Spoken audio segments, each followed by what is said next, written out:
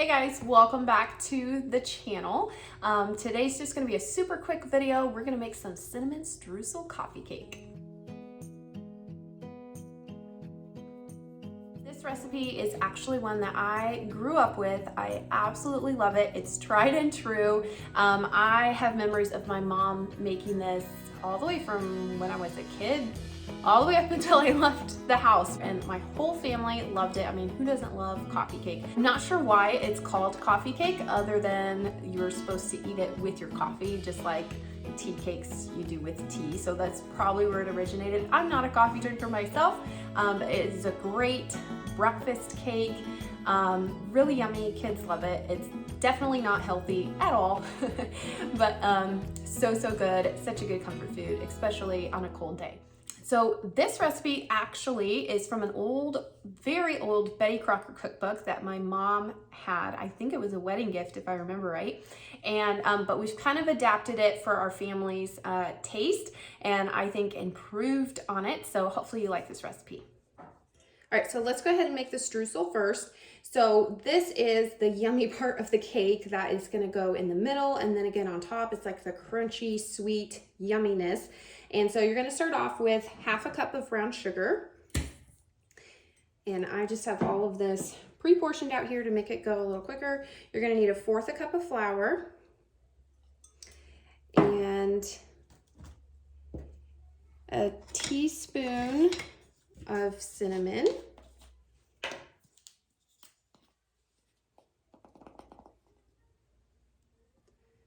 Okay, and then 3 tablespoons of cold butter.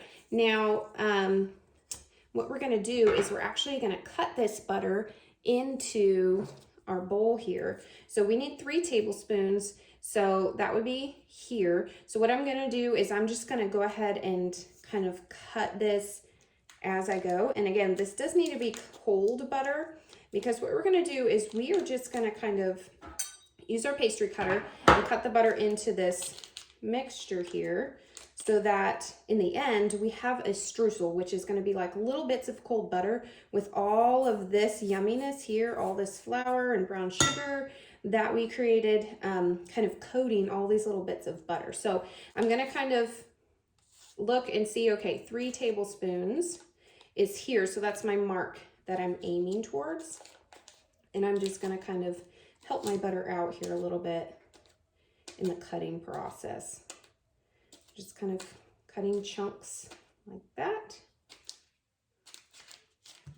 Okay, so that it's already kind of pre-cut. And then you're going to take your pastry cutter and just cut this butter in. All you're doing for this is kind of, these act as little knives to cut your butter into little pieces. We want all those butter pieces to be about the size of a pea or smaller.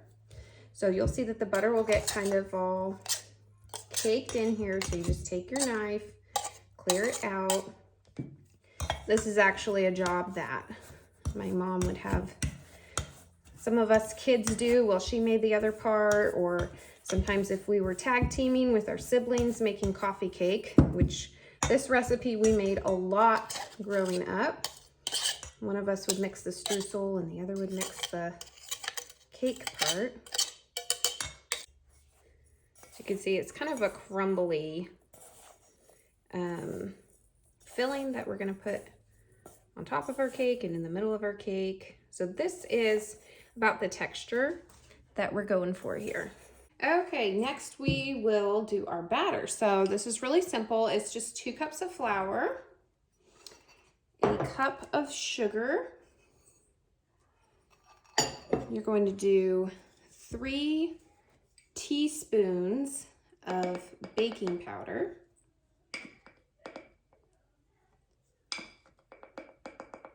a teaspoon of salt. Okay, so these are all our dry ingredients. So you can kind of just mix these all together, so that it is very important to pre-mix your dry ingredients in recipes like this, because if you have like a clump of baking powder in one area and none in the rest, then you're gonna have issues because that baking powder and that salt will react with our protein that we'll put in, and you know, it's a rising agent, so it needs to be kind of spread throughout the whole cake. So that's very important. Okay, so now I am gonna kind of just create a well in here in my dry ingredients, and then add my wet ingredients, and then we'll mix that all in. So first you'll need 1/3 cup of butter. Now 1/3 cup is right here at this really awkward mark. It's a little bit more than 5 tablespoons, not even 6.5. It's like right here. So 1/3 cup. Now this, I have it at room temperature. So don't you just love that butter has these handy little markers on it? I don't know what we'd do without these. We'd have to like scoop it out into measuring cups to measure. And then it'd just be a mess. So I just love that I can just cut it right off of my wax paper like this. So 1/3 cup is here. So I'm gonna get that, and that butter is beautifully nice and soft. And we'll use the rest of that soft butter a little bit later. So I have that. And then we are going to need a cup of milk. So just add that in. Lastly, 2 eggs. And as you can see, my well I created kind of is no longer. That's okay. You don't have to create a well. I was trying to be fancy on you guys, but that didn't work. All right. I'm just kind of popping my eggs right now. They don't have to be pre-scrambled, but I do like to just pop them first before I mix everything in, because I don't want to overmix my flour and stuff. So I do want to make sure my eggs are popped. I don't know if that's the right term, popping the eggs, but my kids get a kick out of that whenever I'm making. They say, "Can I pop the eggs, Mom?" They just think that's the coolest thing ever. All right, I do want to make sure that that softened butter is not all in one clump, so I'm kind of keeping my eye on that. You could see big clump of it here, kind of trying to streak that in, kind of fold it in. But we don't want to overmix this, because you definitely can overmix the batter, which we don't want to do. But I do want to make sure that all of my butter is all out of there. Okay. All right, that looks pretty good. All right, so as you can see, we did all this with just 2 bowls, which I love. All right, so now we just need to get our pan. You can either just use cooking spray on this. I'm actually out of cooking spray today, so I'm gonna use my softened butter that I had from before, and just kind of butter this pan here. I do have my oven preheated to 350 degrees. Okay. I'm splattering butter everywhere. Okay. Okay, well, that is, I'm just kind of piddling around here, but that is probably good enough. All right, so here's the fun part, is we're just gonna layer this. And so you wanna take about half your batter and put that down in the pan first. I'm sure all of you have made coffee cake before, but maybe it's been from a box or something. I feel like it's a pretty standard thing that people eat, but I don't know, who knows? Maybe you haven't made it before. If this is your first time, then I hope you like this recipe, because it really is. I've made a lot of different coffee cakes since I've been married, because this recipe is not in my family cookbook that our family has. And so like whenever I want to make coffee cake, it's like on the morning of, and it's too late to text my sister or my mom and say, "Hey, what's that recipe from the Betty Crocker that we grew up on?" And so then I'm like scrambling around on the internet trying to find a coffee cake recipe, because I'm like, I really want coffee cake this morning with like a big glass of cold milk. But so I've tried out like so many different recipes, because I'm like, I just need to get one. So I've tried like every recipe under the sun, and I've never found one that I like as well as this one, as far as cinnamon coffee cakes go. There's been some other like fruit ones that I've tried, or naughty chocolate ones. But for your basic cinnamon streusel coffee cake, this is by far the best.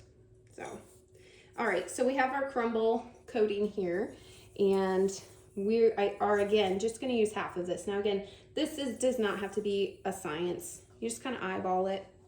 But I'm going to sprinkle this only about half on this in-between layer.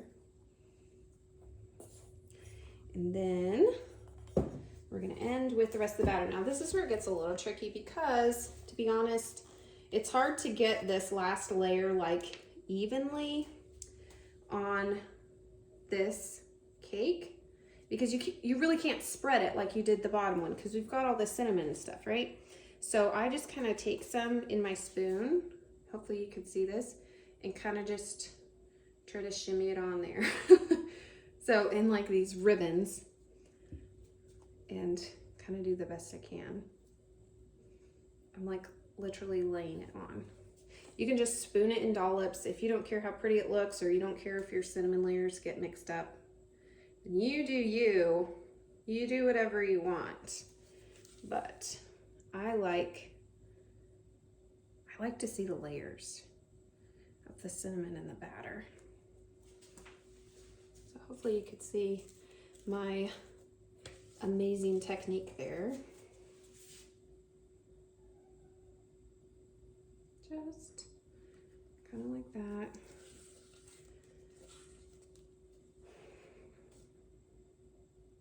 Then you can kind of, now that you've got most of it there, you can spread it out just a little bit.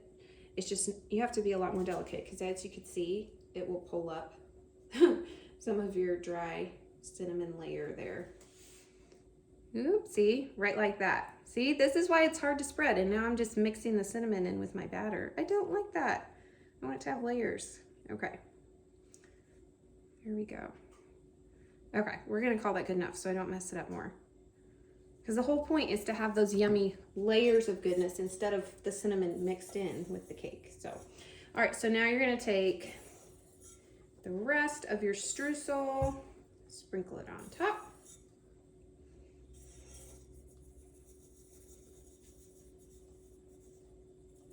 Ta-da! There we go. Okay, so this is our streusel coffee cake in a big old pan. So this recipe does fit a 9x13. You can certainly cut it in half if you want to do a half-size pan. If you have a smaller family, you can, you know, double it or 1.5 it. This pan is a little bit larger than a 9x13, so I probably could fit 1.5 batches in this pan just fine, because it is so deep, and you would just get a thicker, fuller cake. You might have to bake it for just a little bit longer, but so customizable. I'm gonna go ahead and bake this up, and I'll be with you guys in just a little bit.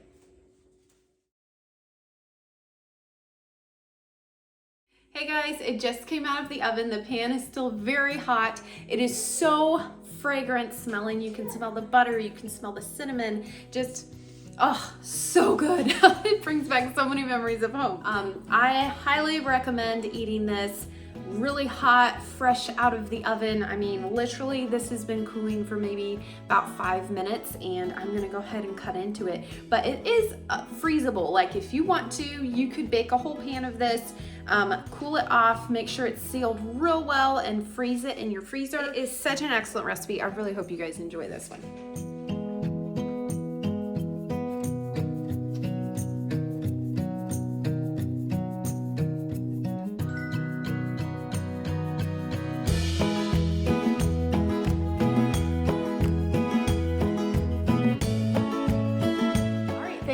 With me in that video. So if you noticed, I filmed this in a little bit different style than I normally do. Normally I just film the entire process and then I put that part on mute, and then I voice over the instructions after I've cut and edited the video to my liking. This time I kind of just shared my comments right here in real time as I was mixing it up. So let me know if you like that style or if you'd rather it be the other, because that's really helpful for me.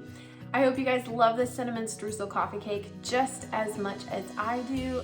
It really is a recipe that we love and cherish. So share this recipe with others. I am a firm believer that recipes are not copyrighted. They are meant to be shared with the world. If it's a good recipe, you know, share it with other bakers. So I'm sharing this with you. So if you would like to share this recipe with others, then go ahead and share this video with them. Or maybe you can hit the like button so that more people can see this video. Or you can even subscribe and see some of my other videos coming up. Thank you so much for joining us today, and we'll see you guys next time. Bye.